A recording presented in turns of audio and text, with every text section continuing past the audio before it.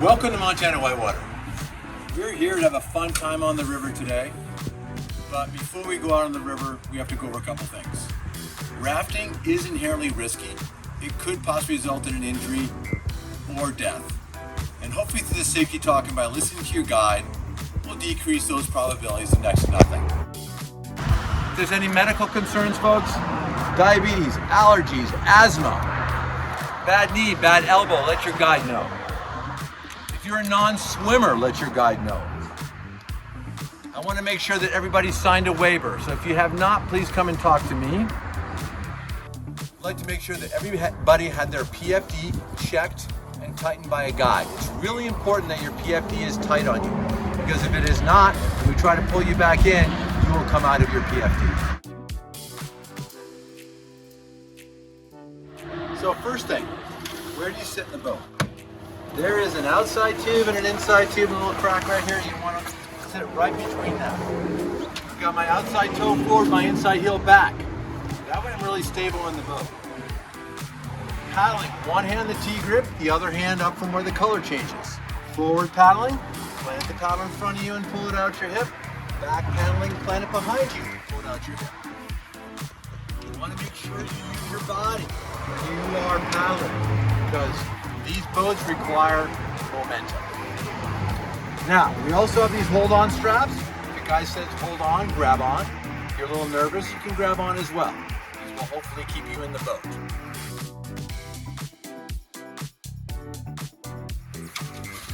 Big thing here today is what happens if you end up falling out of the boat. Every boat has a perimeter line around it. If you do fall out, first thing you want to do is grab the perimeter line. That way you stay with the boat. And we will pull you in by the shoulders of the PFD right here. To do that, whoever's nearest you is going to grab those lapels of your PFD, grab the person, they're going to be facing the boat, and I'm going to do 1, 2, 3, and I'm going to pull that person in over top of me.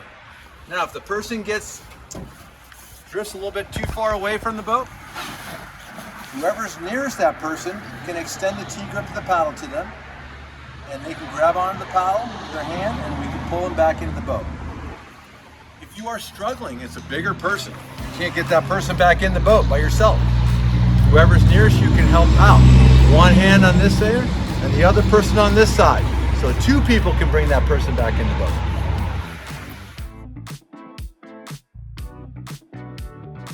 If for some reason get really far away, we also carry throw bags. Now throw bags are generally used from shore, but you never know. Could be used from a boat. And what we'll do is we'll yell rope. The bag will come floating, screaming out like that. What you want to do now, you don't want to grab the bag here. You want to grab the rope with both hands. You want to put it over your shoulder and point the back of your head towards whoever's pulling you in. That way you'll pendulum nicely into shore. Water will go around your head like this and you can breathe. Now, if you grab on like this, the water will hit you in the face and you will let go because of the force of the current hitting your mouth. Now, big thing with this is these throw bags is you do not want to wrap this around any part of your body, because if they're used improperly, it can be very, very dangerous. If the guide, whoever threw the rope at you, says let go, let go. Now, we might not be able to get you with any of these devices. And then you're kind of on your own whitewater adventure. What you need to be doing is looking where you're going. So if you are swimming out there away from the boat, you need to look where you're going. I've got my eyes downstream. I want my feet up. If I see a rock coming, I push off with my feet like a shock absorber. I use my arms to navigate from one side of the river to the other. You want to go to the right side, you point your head in that direction, kick your feet, use your arms, and aggressively get yourself to shore. If you're near a boat, you do the same thing. Aggressively get yourself to the boat. Once you get to a big rapid, that's when you can turn on your stomach and swim to shore or to another boat. If you are swimming out there, never ever stand up in the middle of the river, because that could cause possible foot entrapment. That's where your foot gets wedged between two rocks. And now I've got big feet here. What will happen is the force of the current will keep pushing your head under because you cannot get your foot out and we cannot turn the current off. The water will keep going. So make sure if you are out there, always keep your feet up and make sure kind of the lowest part is your butt. All right, that's really important.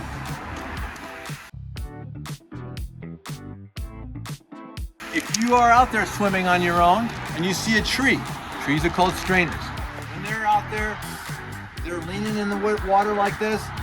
Water goes through those branches, individuals don't. So make sure if you see trees, you're swimming away from a tree.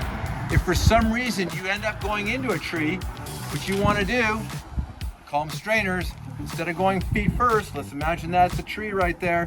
You want to turn over on your stomach and swim aggressively towards it and push yourself over top of it.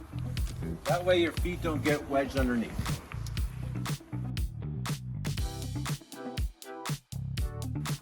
If you see a guide pointing in a certain direction, we always point positive. If you see a guide pointing in any one direction, that means go in that direction. We always point positive. If you see a low-lying branch on the side of the river, make sure you watch out for those as well. That is a factor on our river here.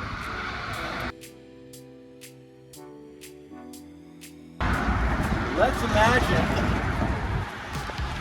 I'm a rock, and this is called the downstream tube. If this tube hits me, the rock, the current's going this way, what will happen is the boat will keep going up and up and up and up until the boat flips. To prevent that, we have a high side command, where the folks from the low side of the boat move to the high side.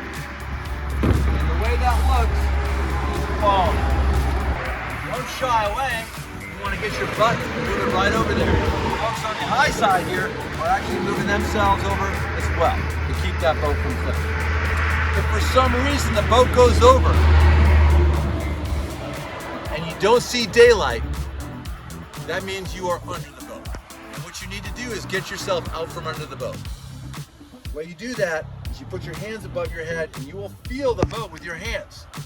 And with your hands, walk yourself straight in one direction and you will pop up right next to the boat. If you are on the downstream edge, try to move yourselves to the corner of the upstream part of the boat. That way you're not going to get hit between a rock and the boat. If you're near shore, go to shore. If you're near another boat, go to the other boat.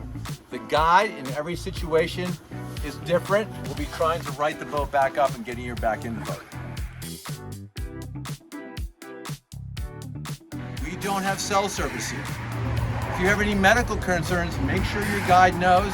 If for any reason on our trips you don't feel like going, after the safety talk, at any time during the trip, we can get you out. We have ways, we have a highway here, we have shuttle drivers, and we can make it happen. So make sure you know that all of our trips, if you get here, we can take care of you and make sure that you don't end up on the trip if you don't want to go. And we're going to be getting on the river right now. Yoo-hoo!